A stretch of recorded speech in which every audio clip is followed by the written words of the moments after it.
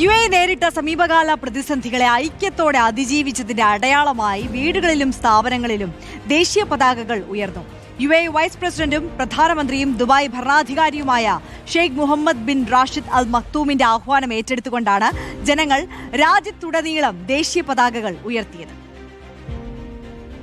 സംഘർഷഭരിതമായ നാളുകളെ രാജ്യം ഒറ്റക്കെട്ടായി നേരിട്ടതിന്റെ പ്രതീകമായി വീടുകളിലും സ്ഥാപനങ്ങളിലും ദേശീയ പതാക ഉയർത്താൻ 2 ദിവസം മുമ്പാണ് Sheikh Mohammed bin Rashid Al Maktoum രാജ്യത്തെ ജനങ്ങളോട് ആഹ്വാനം ചെയ്തത്. ഭരണാധികാരിയുടെ പ്രഖ്യാപനം ആവേശത്തോടെ ഏറ്റെടുത്തിരിക്കുകയാണ് UAEയിലെ പൗരന്മാരും താമസക്കാരും. വിവിധ ഓഫീസുകളിലും വീടുകൾക്ക് മുന്നിലും ഫ്ളാറ്റുകളുടെ ബാൽക്കണികളിലുമെല്ലാം ദേശീയ പതാകകൾ പാറിപ്പറക്കുന്നു. സ്കൂളുകൾ, ആശുപത്രികൾ, വ്യാപാര സ്ഥാപനങ്ങൾ തുടങ്ങി എല്ലാ മേഖലയും ഐക്യദാർഢ്യത്തിൽ പങ്കുചേർന്നു. ഇതിന്റെ ചിത്രങ്ങൾ സമൂഹ മാധ്യമങ്ങളിൽ പങ്കുവച്ചുകൊണ്ടും പ്രവാസികൾ ഉൾപ്പെടെയുള്ളവർ രാജ്യത്തോടുള്ള ഐക്യദാർഢ്യം രേഖപ്പെടുത്തുന്നു. തുടർച്ചയായ ഇറാന്റെ ആക്രമണങ്ങളിൽ നിന്ന് സംരക്ഷിച്ച ഭരണകൂടത്തോടുള്ള നന്ദിയും അവർ പങ്കുവയ്ക്കുന്നു.